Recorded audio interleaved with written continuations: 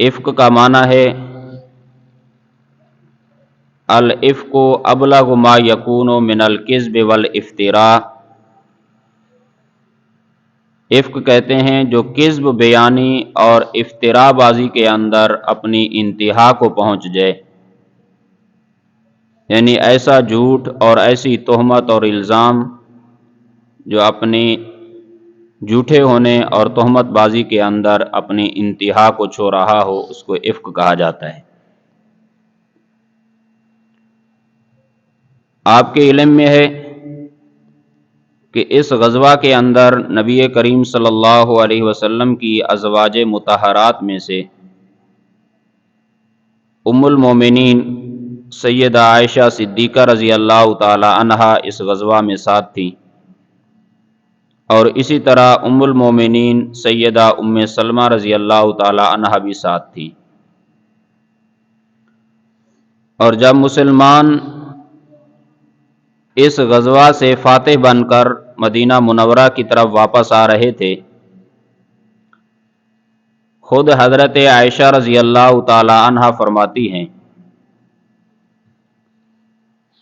کہ راستے کے اندر ایک جگہ پر قافلے نے پڑاؤ ڈالا تاکہ کچھ دیر آرام کر لیں، پھر سفر آگے ہوگا۔ اور ظاہر بات ہے کہ جب ایک چلتا ہوا قافلہ ایک جگہ پر رکتا ہے تو پھر طبعی تقاضے بھی پورے کیے جاتے ہیں تاکہ پھر دوران سفر ان چیزوں کی ضرورت نہ پیش آئے۔ اور اس زمانے کے اندر عرب میں سفر کرنے کا عورتوں کے لیے یہ دستور تھا کہ اونٹ کے اوپر ایک ہودج باندھا جاتا۔ ہودج کا معنی کجاوا، جس کو آپ اس انداز سے سمجھیں کہ جیسے آج کل پالکی بنی جاتی ہے، کہ اونٹ کے اوپر ایک پالکی نما پردے والی ایک جگہ بنائی جاتی تھی جس کے اوپر چھت بھی ہوتی اور ارد گرد پردے بھی لٹک رہے ہوتے تھے۔ اس کے اندر اگر عورت سفر میں ہوتی تو اس میں بیٹھتی تھی اور اس ہودج کو، اس کجاوے کو اونٹ کے کوہان کے اوپر کس دیا جاتا، اور پھر سفر بھی ہوتا رہتا اور عورت بھی پردے میں رہتی۔ تو اس سفر کے اندر بھی یہی ترتیب تھی۔ حضرت عائشہ رضی اللہ تعالی عنہا کا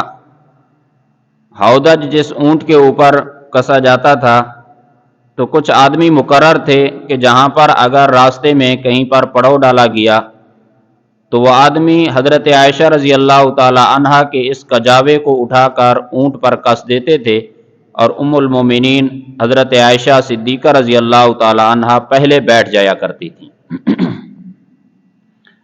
اور پھر عرب کی عورتیں جسمانی طور پر بھی ہلکی پھلکی تھیں، اتنا موٹاپا نہیں ہوتا تھا، اور بالخصوص ام المومنین سیدہ عائشہ صدیقہ رضی اللہ تعالی عنہا جسمانی اعتبار سے بہت کمزور تھیں، تو اتنا وزن بھی نہیں تھا۔ اب حضرت عائشہ فرماتی ہیں کہ جب قافلے نے یہاں پر پڑاؤ ڈالا تو میں قضائے حاجت کے لیے چلی گئی، اور عرب میں یہ دستور بھی تھا، اور نبی کریم صلی اللہ علیہ وسلم نے جو قضائے حاجت کے لیے سنتیں بیان فرمائی ہیں، ان میں سے ایک سنت عمل یہ بھی ہے کہ آبادی سے دور جا کر ہی قضائے حاجت اور پیشاب وغیرہ کا تقاضا پورا کرنا چاہیے۔ اب اس سے ایک تو بدبو بھی نہیں آتی، دوسرا انسان کے اوپر کسی دوسرے کی نظر بھی نہیں پڑتی، انسان آسانی کے ساتھ اپنی حاجت کو پورا کر سکتا ہے۔ حضرت عائشہ رضی اللہ تعالیٰ عنہ فرماتی ہیں کہ میں یہاں سے چلی گئی، اور واپسی پر آتے ہوئے میرے گلے کے اندر ایک ہار تھا جس کو نگینے لگے ہوئے تھے، وہ ہار میرے گلے سے ٹوٹا اور گر گیا۔ کچھ آگے آئی، پتہ چلا کہ ہار گر گیا ہے، پھر واپس ہار کی تلاش کے اندر میں پیچھے چلی گئی۔ اب ادھر سے قافلے کی روانگی کا وقت آ گیا۔ اب کجاوے کے اٹھانے والوں نے کجاوے کو اٹھا کر اونٹ کے اوپر رکھ دیا، چونکہ اتنا وزن نہیں تھا تو انہوں نے سمجھا کہ شاید ام المومنین اس کجاوے کے اندر ہیں۔ اب قافلہ وہاں سے روانہ ہو گیا۔ حضرت عائشہ صدیقہ رضی اللہ تعالی عنہا اپنے ہار کی تلاش کے اندر پیچھے گئیں اور ہار مل گیا، اور اس کے نگینے اکٹھے کرنے کے اندر، ان کو تلاش کرنے کے اندر کچھ وقت لگ گیا۔ حضرت عائشہ رضی اللہ تعالی عنہ فرماتی ہیں کہ جب میں وہاں سے واپس آئی اور قافلے والی جگہ پر آئی تو وہاں پر کوئی قافلے کا نام و نشان تک نہیں تھا۔ قافلے والے لوگ وہاں سے روانہ ہو چکے تھے اور ٹائم بھی کچھ اچھا خاصا گزر گیا۔ اب حضرت عائشہ رضی اللہ تعالی عنہ کے سامنے دو باتیں تھیں۔ ایک تو یہ ہے کہ اس قافلے کے پیچھے میں چلی جاؤں، شاید کہیں پر قافلہ مل جائے۔ دوسرا یہ ہے کہ یہیں پر ٹھہر جاؤں۔ تو حضرت عائشہ رضی اللہ تعالی عنہ نے عقل مندی کا مظاہرہ کرتے ہوئے اس بات کو ترجیح دی کہ میں یہیں پر قیام کر لوں، یہیں پر ٹھہر جاؤں، کہ اگر قافلے کے پیچھے جاتی ہوں، جنگل ہیں، رات کا سفر ہے، قافلہ پتہ نہیں کہاں پر نکل چکا ہوگا۔ اب اگر نبی علیہ الصلوۃ والسلام کو جب پتہ چلے گا تو پھر تلاش کے لیے بھی آپ کو بڑی پریشانی ہوگی، تکلیف ہوگی، کہیں ایسا نہ ہو کہ میں راستہ بھی بھٹک سکتی ہوں۔ اس لیے حضرت عائشہ رضی اللہ تعالی عنہ نے مناسب سمجھا کہ میں یہیں پر ہی ٹھہر جاؤں، اور دل میں یہ خیال آیا کہ نبی کریم صلی اللہ علیہ وسلم کا یہ طرز عمل ہے کہ جب قافلہ چل رہا ہوتا تھا تو آپ بسا اوقات اپنی اونٹنی کو اپنی ازواج مطہرات کی اونٹنیوں کے قریب کر کے ان کا حال حوال پوچھ لیا کرتے تھے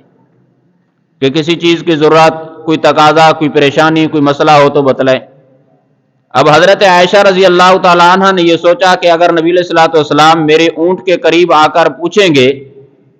تو جب اندر سے آواز نہیں آئے گی تو اللہ کے نبی کو پتہ چل جائے گا، اور وہیں سے ہی واپس کسی آدمی کو بھیجیں گے یا خود تشریف لائیں گے تو تلاش کرنے میں ان کو آسانی ہوگی۔ اسی طرح نبی کریم صلی اللہ علیہ وسلم جب سفر میں جاتے تھے، جہاد وغیرہ کے سفر میں، تو ایک آدمی کی ذمہ داری ہوتی تھی کہ وہ قافلے کے کچھ وقفے پر پیچھے رہا کرتا تھا۔ اس کی ذمہ داری یہ ہوتی تھی کہ قافلہ آگے اگر کہیں پر پڑاؤ ڈالے گا تو ظاہر بات ہے کہ ہتھیار ہیں، تلواریں ہیں، تیر ہیں، کھانے پینے کا سامان ہے، کوئی چیزیں ہیں، وہ اگر کوئی آدمی بھول جاتا ہے تو یہ پیچھے والا آدمی جب وہاں پر پہنچے گا تو وہ گری پڑی چیز کو اٹھا لے گا۔ اب اس سفر کے اندر جس صحابی کی ڈیوٹی تھی ان کا نام حضرت صفوان بن معطل رضی اللہ تعالیٰ عنہ ہے، جو بہت ہی بڑے شان والے صحابی ہیں۔ اب ان کے ذمہ یہ تھا کہ یہ قافلے کے پیچھے پیچھے چل رہے تھے۔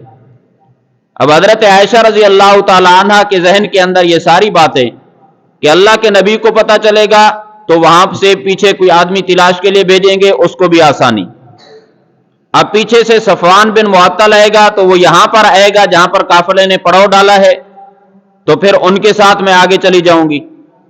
اس لیے حضرت عائشہ رضی اللہ تعالیٰ عنہ فرماتی ہیں کہ میں چادر لے کر اپنے اوپر چادر ڈال کے وہیں پر لیٹ گئی اور نیند آ گئی مجھے، میں وہاں پر سو گئی۔ قافلہ چلتا رہا۔ اب تھوڑی دیر کے بعد کچھ وقت گزرا، صبح ہو رہی تھی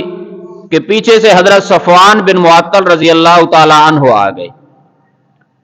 اور حضرت صفوان رضی اللہ تعالی عنہ نے نبی کریم صلی اللہ علیہ وسلم کو، حضرت عائشہ رضی اللہ تعالی عنہ کو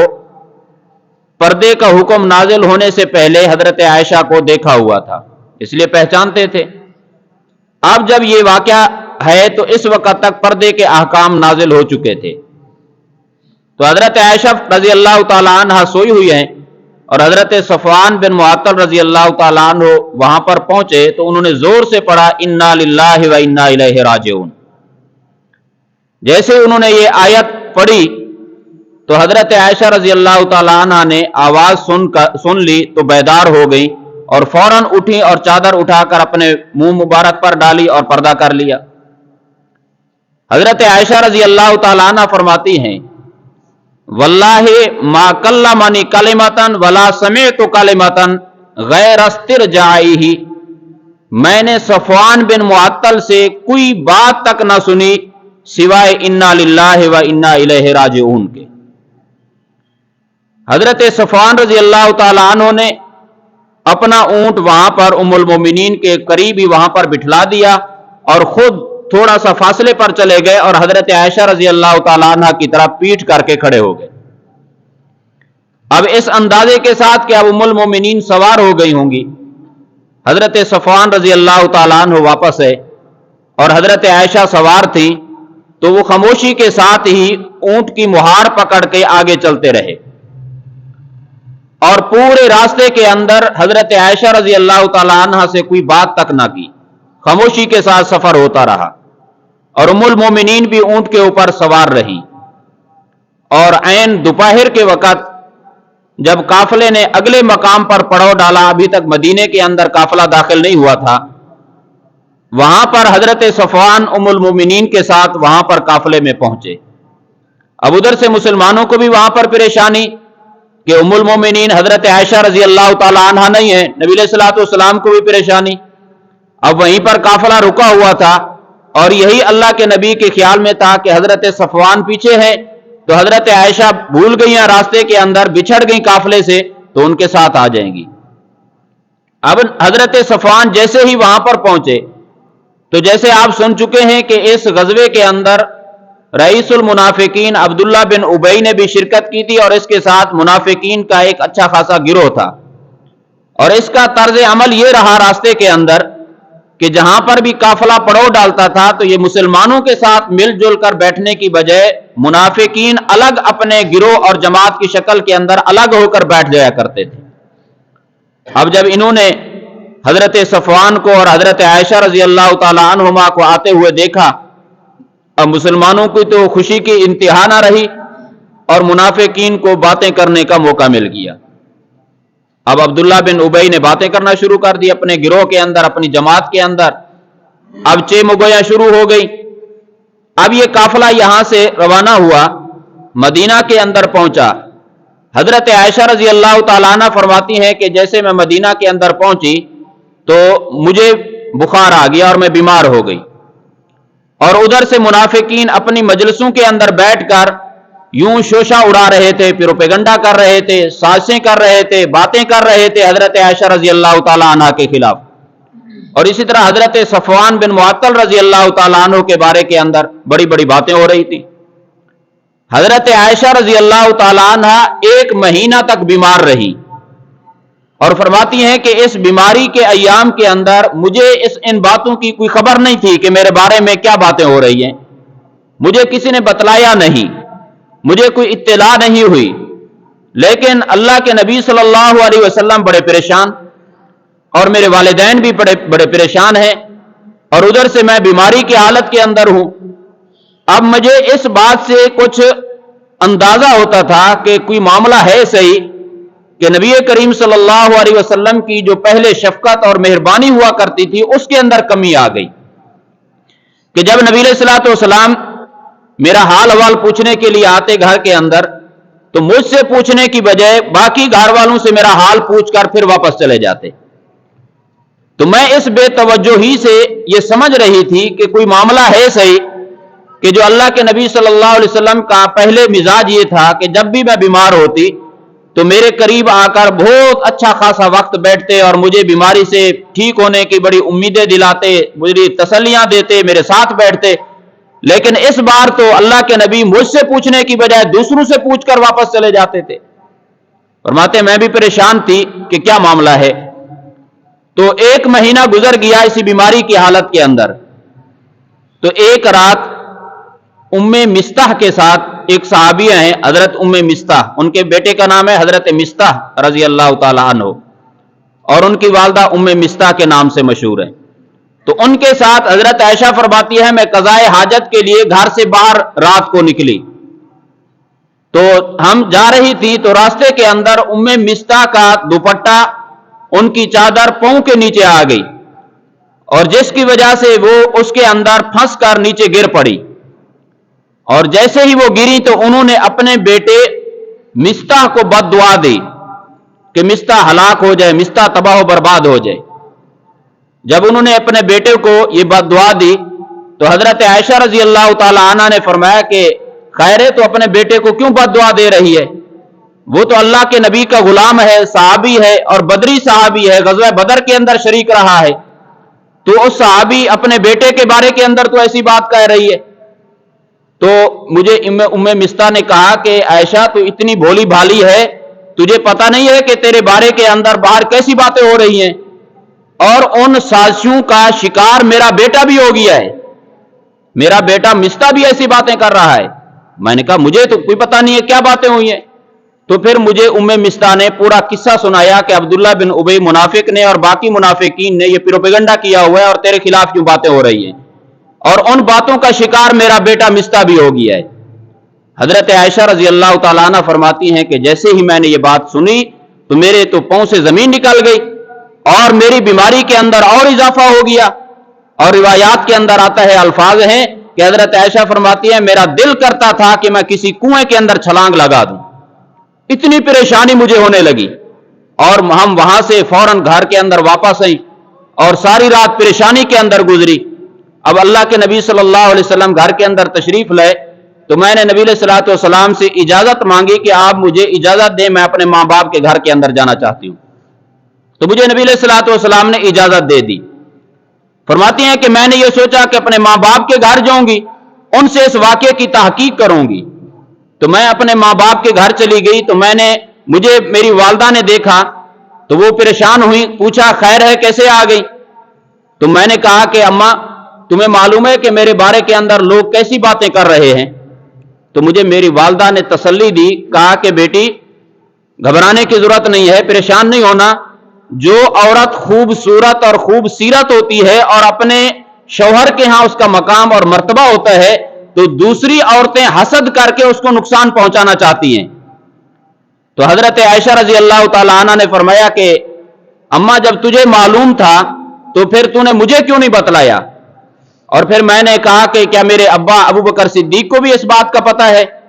تو میری والدہ نے کہا کہ ہاں ابو بکر صدیق کو بھی پتہ ہے۔ اور فرماتی ہیں جب میں گھر کے اندر داخل ہوئی تھی تو اس وقت میری والدہ گھر میں نیچے بیٹھی ہوئی تھی اور میرے والد ابو بکر صدیق اوپر بالا خانے کے اندر بیٹھ کر قرآن کی تلاوت کر رہے تھے۔ تو جیسے مجھے پتا چلا کہ میرے والد کو بھی اس بات کا علم ہے تو میری آنکھوں سے بے اختیار آنسو جاری ہو گئے اور میں رونے لگی، اور رونے کی وجہ سے میری چیخیں نکل گئی، اور میرے والد ابو بکر صدیق نے بالا خانے سے میرے رونے کی چیخنے کی آوازیں سنی تو نیچے اترے اور میری والدہ ام رومان سے پوچھنے لگے کہ خیر ہے کیوں رو رہی ہیں؟ تو میری والدہ نے بتلایا کہ ان کو سارے واقعے کا علم ہو گیا ہے کہ جو لوگ ان کے بارے کے اندر باتیں کر رہے ہیں اس کا پتہ چل گیا، اس وجہ سے رو رہی ہے۔ فرماتی ہیں میرے والد کی آنکھوں سے بھی آنسو جاری ہو گئے اور میری بیماری کے اندر اور اضافہ ہوا، اور میری والدہ نے گھر کے اندر جتنے بستر تھے جتنے کپڑے تھے وہ لا کر میرے اوپر ڈال دیے اور مجھے ان کے اندر سلا دیا، اور ساری رات میں روتی رہی اور ایک پل جھپکنے کے برابر بھی کبھی میری آنکھ نہیں لگی، اور یوں روتے ہوئے میری رات گزری۔ اور جب ادھر سے اس واقعے اور ان سازشوں اور ان باتوں کو ایک مہینہ کا وقت گزر گیا، ایک مہینہ گزر گیا، تو نبی علیہ الصلوۃ والسلام کے اوپر کوئی وحی بھی نازل نہ ہوئی۔ اللہ کی حکمتیں ہوتی ہیں، اب وحی کے نزول کے اندر بھی تاخیر ہوئی، تو اب اللہ کے نبی صلی اللہ علیہ وسلم نے کچھ صحابہ کرام کو مشورے کے لیے بلایا، جن میں حضرت اسامہ رضی اللہ تعالیٰ عنہ اور حضرت علی رضی اللہ تعالیٰ عنہ، اور ایک روایت کے مطابق حضرت عمر فاروق رضی اللہ تعالیٰ عنہ کا نام بھی ہے۔ اب ان سے مشورہ چاہا تو حضرت اسامہ رضی اللہ تعالیٰ عنہ نے مشورہ دیا کہ ہم اہلک، اللہ کے رسول یہ آپ کے اہل ہیں اور یہ آپ کے گھر والے ہیں اور آپ کی شایان شان اور منصب نبوت کے بالکل مناسب ہیں، ہم ان کی عفت اور پاک دامنی کے بارے کے اندر سوائے خیر اور بھلائی کے کچھ نہیں دیکھتے، اور اگر آپ ہماری رائے معلوم کرنا چاہتے ہیں وما نعلم الا خیرا، ہم تو خیر اور بھلائی کے علاوہ کچھ بھی نہیں دیکھتے آپ کے گھر والوں کے اندر۔ اور حضرت علی رضی اللہ تعالیٰ عنہ سے مشورہ لیا تو حضرت علی رضی اللہ تعالیٰ عنہ نے نبی علیہ الصلوۃ والسلام کے رنج غم اور حزن و ملال کو دیکھتے ہوئے حضرت علی رضی اللہ تعالیٰ عنہ نے کہا کہ اللہ کے رسول آپ کو عورتوں کی کمی تو نہیں ہے، ان کے سوا آپ کسی اور عورت سے نکاح کر لیں، اور اسی طرح اگر آپ اس کی تحقیق کرنا چاہتے ہیں تو اپنی گھر کی باندی اور گھر کی خادمہ سے صحیح تحقیق آپ کو ہوگی۔ حضرت علی رضی اللہ تعالیٰ عنہ کا مقصد یہ نہیں تھا کہ آپ عائشہ کو طلاق دے دیں، بلکہ ان کی اس گفتگو کا مقصد یہ تھا کہ آپ جلد بازی نہ کریں، طلاق تو آپ کے اختیار میں ہی ہے، باقی اللہ کی طرف سے وحی کا انتظار کر لیں۔ اگر فوری طور پر کوئی تحقیق چاہیے تو اپنی گھر کی خادمہ سے معلوم کر لیں، وہ آپ کو صحیح معلومات دے دیں گی۔ اسی طرح نبی علیہ الصلوۃ والسلام نے جب حضرت عمر رضی اللہ تعالیٰ عنہ سے پوچھا تو حضرت عمر نے کہا اللہ کے رسول میں آپ سے ایک بات پوچھتا ہوں، آپ مجھے یہ بتلائیں کہ عائشہ کے ساتھ نکاح آپ کا ہم نے کیا تھا یا خدا نے کیا تھا؟ تو حضرت نبی علیہ الصلوۃ والسلام نے فرمایا کہ وہ تو اللہ کے حکم سے ہوا تھا، اور اللہ تعالیٰ نے مجھے تو تصویر بھی حضرت عائشہ کی دکھلائی تھی۔ فرمایا کہ جو اللہ تعالیٰ آپ کے بدن کے اوپر گندی مکھی کو نہیں بیٹھنے دیتا، وہ غلط قسم کی عورت کو آپ کے گھر کے اندر کیسے آنے دے گا؟ آپ اللہ کی طرف سے وحی کا انتظار کر لیجئے۔ اب نبی علیہ الصلوۃ والسلام نے اپنے گھر کی خادمہ حضرت بریرہ رضی اللہ تعالیٰ عنہ کو بلایا، اور حضرت بریرہ کو بلا کر ان سے پوچھا کہ بریرہ کیا تو اس بات کی گواہی دیتی ہے کہ میں اللہ کا رسول ہوں؟ حضرت بریرہ نے کہا ہاں اللہ کے رسول، آپ اللہ کے رسول ہیں۔ فرمایا بریرہ میں تجھ سے ایک بات پوچھنا چاہتا ہوں اور تو مجھے سچ سچ بتلا دے، اگر غلط بیانی کرے گی تو اللہ تعالیٰ وحی کے ذریعے سے مجھے بتلا دے گا، تو نے صحیح صحیح بتلانا ہے۔ حضرت بریرہ نے کہا کہ آپ جو پوچھے میں صحیح بتلاؤں گی۔ تو نبی علیہ الصلوۃ والسلام نے پوچھا کہ آپ عائشہ کے اندر آپ نے کوئی ناپسندیدہ بات دیکھی ہے؟ حضرت بریرہ رضی اللہ تعالیٰ عنہ نے کہا کہ نہیں، اور فرمایا کہ خدا کی قسم ہے اس خدا کی جس نے آپ کو حق دے کر بھیجا ہے، میں نے آپ کے اہل کے اندر، میں نے آپ کے گھر والوں کے اندر، عائشہ صدیقہ کے اندر خیر اور بھلائی، عفت اور پاک دامنی کے علاوہ کچھ نہیں دیکھا۔ ہاں ایک بات ہے کہ عائشہ صدیقہ اتنی بھولی بھالی ہیں کہ گھر کے اندر آٹا گوندھ کے رکھتی ہیں اور آٹا گوندھنے کے بعد سو جاتی ہیں، اور بکری کا بچہ آتا ہے اور اسی گوندے ہوئے آٹے کو کھا جاتا ہے۔ یعنی ان کے کہنے کا مقصد یہ تھا کہ وہ تو دنیا کی اتنی دنیا سے بے خبر اور غافل ہے کہ ان کو تو دنیا کے آٹے اور دال کا پتہ نہیں ہے، وہ دنیا کی چالاکیوں سے کیسے باخبر ہوں گی۔ جب نبی علیہ الصلوۃ والسلام نے گھر کی خادمہ سے یہ بات سنی تو اللہ کے نبی صلی اللہ علیہ وسلم سیدھے مسجد کے اندر تشریف لے گئے، منبر پر چڑھے، صحابہ موجود تھے، اور آپ نے صحابہ کے سامنے اللہ کی حمد و ثنا بیان کی۔ اللہ کی حمد و ثنا بیان کرنے کے بعد اللہ کے نبی صلی اللہ علیہ وسلم نے فرمایا، عبداللہ بن ابی کا نام لے کر فرمایا کہ کون ہے جو شخص مجھے اس کے بارے کے اندر، یعنی عبداللہ بن ابی منافق کے بارے میں میری اعانت اور مدد کرے گا؟ جس شخص نے مجھے میرے اہل بیت کے بارے کے اندر، میرے گھر والوں کے بارے میں مجھے ایذا اور تکلیف پہنچائی ہے، خدا کی قسم میں نے اپنے گھر والوں کے اندر خیر اور بھلائی اور پاک دامنی کے علاوہ کچھ نہیں جانتا، اور صفوان بن معطل کے بارے کے اندر بھی میں خیر اور بھلائی کے علاوہ کچھ نہیں جانتا۔ اب اللہ کے نبی نے جیسے یہ بات کہی تو قبیلہ اوس کے سردار حضرت سعد بن معاذ رضی اللہ تعالیٰ عنہ کھڑے ہو گئے، کہنے لگے اللہ کے رسول میں آپ کی اعانت اور مدد کرنے کے لیے حاضر ہوں، اگر یہ تہمت لگانے والا شخص ہمارے قبیلہ میں سے ہوا تو پھر آپ کو حاجت نہیں پڑے گی، ہم اس کی گردن اڑا دیں گے، اور اگر ہمارے بھائی قبیلہ خزرج والوں میں سے ہوا تو پھر ہم آپ کے حکم کی تعمیل کے منتظر ہوں گے، آپ کی طرف سے جو حکم ملے گا ہم وہ کر گزریں گے۔ تو قبیلہ خزرج کے سردار حضرت سعد بن عبادہ کھڑے ہوئے، اور انہوں نے اس بات کا مطلب یہ سمجھا کہ شاید سعد بن معاذ ہمارے اوپر تان کر رہے ہیں۔ انہوں نے کہا کہ خدا کی قسم اگر ہماری برادری میں سے ہوگا تمہیں اس کی ہمت نہیں ہوگی قتل کرنے کی، ہم خود اس کو قتل کر کے اس سعادت کو حاصل کر لیں گے۔ اور یوں مسجد کے اندر صحابہ اوس اور خزرج والوں کے درمیان کے اندر کچھ یوں باتیں ہو گئی اور اونچی آواز ہو گئی۔ اللہ کے نبی صلی اللہ علیہ وسلم فوراً ممبر سے نیچے اترے اور ان کو خاموش کرایا، اور صحابہ کرام گھروں کے اندر واپس چلے گئے۔ حضرت عائشہ فرماتی ہیں یہ سارا دن بھی میرا رونے کے اندر گزر گیا، ساری رات بھی میری رونے کے اندر گزر گئی، اور اگلے دن جب دن ہوا تو میرے رونے کی حالت یہ ہو چکی تھی، میرے والدین یہ سمجھ رہے تھے کہیں ایسا نہ ہو کہ رونے کی وجہ سے ہماری بیٹی کا کلیجہ پھٹ جائے۔ اگلے دن صبح کے وقت میرے والد بھی میرے قریب آ کر بیٹھ گئے، میری والدہ ام رومان بھی میرے قریب آ کر بیٹھ گئی، اور اسی طرح ہم رو رہے تھے، گھر کے سارے افراد رو رہے تھے۔ اور تھوڑی دیر کے بعد گھر کے دروازہ کھٹکا، ایک انصار قبیلے کی ایک عورت آتی ہے، اس نے اجازت چاہی، ہم نے آنے کی اجازت دی، وہ بھی آ کر ہمارے قریب آ کر بیٹھ گئی اور رونے لگی۔ ہم یوں رو رہے تھے کہ اچانک ہمارا دروازہ پھر کھٹکا، ہم دروازے پر گئے، دیکھا امام الانبیاء تشریف لا چکے ہیں، اللہ کے نبی ہمارے گھر کے اندر ہے۔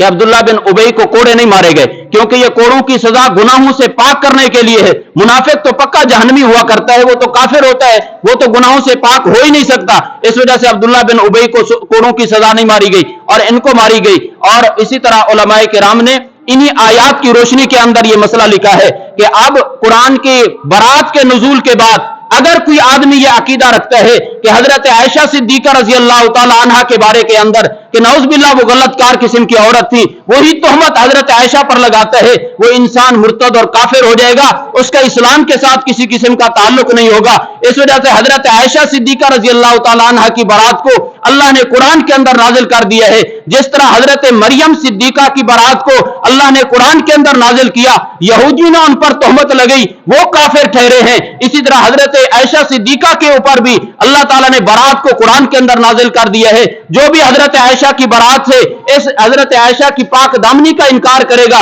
اس کا بھی اسلام کے ساتھ کسی قسم کا کوئی تعلق نہیں ہوگا، وہ انسان مسلمان نہیں رہے گا، وہ کافر ہو جائے گا۔ اس وجہ سے ازواج مطہرات کے بارے کے اندر یہی عقیدہ ہے کہ اللہ کے نبی جس طرح پاک ہیں، اللہ کے نبی کے اہل بیت، اللہ کے نبی کی بیویاں، اللہ کے نبی کے گھر والے بھی پاک ہیں۔ اللہ تعالیٰ کا کوئی نبی ایسا نہیں گزرا کہ جس نبی کی بیوی نعوذ باللہ زانیہ ہو۔ انبیاء کی بیویاں کافرہ تو گزری ہیں، کسی نبی کی بیوی زانیہ نہیں گزری۔ اس وجہ سے ہمارے نبی کی تمام ازواج مطہر ہیں، تمام ازواج مطہرات ہیں، وہ ساری کی ساری پاک دامن ہے، کسی کے اوپر کسی قسم کا شک اور شبہ نہیں کیا جا سکتا۔ اہل بیت کے سامنے اگر کسی نے حضرت عائشہ رضی اللہ تعالی عنہ کے اوپر تہمت کی بات کی تو انہوں نے ان کو قتل کی سزا دی ہے۔ حضرت حسن بن زید کے سامنے ایک آدمی نے حضرت عائشہ کے بارے کے اندر نازیبہ الفاظ کہنے لگے، انہوں نے اپنے ایک ڈنڈا اٹھایا اور اس کے سر کے اندر مار کر اس کے سر کو پھوڑ دیا اور اس کو قتل کر دیا۔ اس وجہ سے علماء نے یہی مسئلہ لکھا کہ جو ازواج مطہرات کے اوپر تہمت لگے گا اس کا اسلام کے ساتھ بھی تعلق نہیں ہے اور وہ آدمی واجب القتل ہے۔ آپ اس سے دیکھیں حضرت عائشہ کی عظمت اور فضیلت کو اس سے اندازہ لگائیں کہ اللہ تعالیٰ نے کیسا مقام دیا۔ میرا رب اس بات کے اوپر قادر تھا کہ حضرت عائشہ کی برات کو ظاہر کرنے کے لیے اللہ تعالیٰ چاہتا تو پہاڑوں کو بلوا دیتا، اگر اللہ چاہتا تو درخت بھی بولتے، اگر اللہ چاہتا تو زمین بھی بولتی، اگر اللہ چاہتا تو چھوٹے بچے بھی بولتے۔ جس طرح حضرت مریم کے اوپر تہمت لگی، اللہ نے ایک معصوم ان کے بیٹے حضرت عیسیٰ سے بلوایا ہے۔ حضرت باقی انبیاء کے اوپر بھی تہمتیں لگی، اللہ نے کسی بچے سے بلوایا۔ حضرت یوسف پر تہمت لگی، چھوٹا بچہ بولا ہے، کہیں پر کوئی چیز بولی ہے، اللہ ان چیزوں سے بلوانے کے اوپر قادر تھا۔ لیکن قربان جائیے حضرت عائشہ کی عظمت کے اوپر، حضرت عائشہ کی فضیلت کے اوپر کہ اللہ نے پہاڑوں سے نہیں بلوایا، اللہ تعالیٰ نے آسمان کو نہیں بلوایا، اللہ نے زمین سے نہیں بلوایا، اللہ نے بچوں کو نہیں بلوایا، اللہ نے کسی اور مخلوق کو نہیں بلوایا، بلکہ حضرت عائشہ کی برات کو ظاہر کرنے کے لیے میرے رب خود بولا ہے اور قرآن نازل کیا ہے۔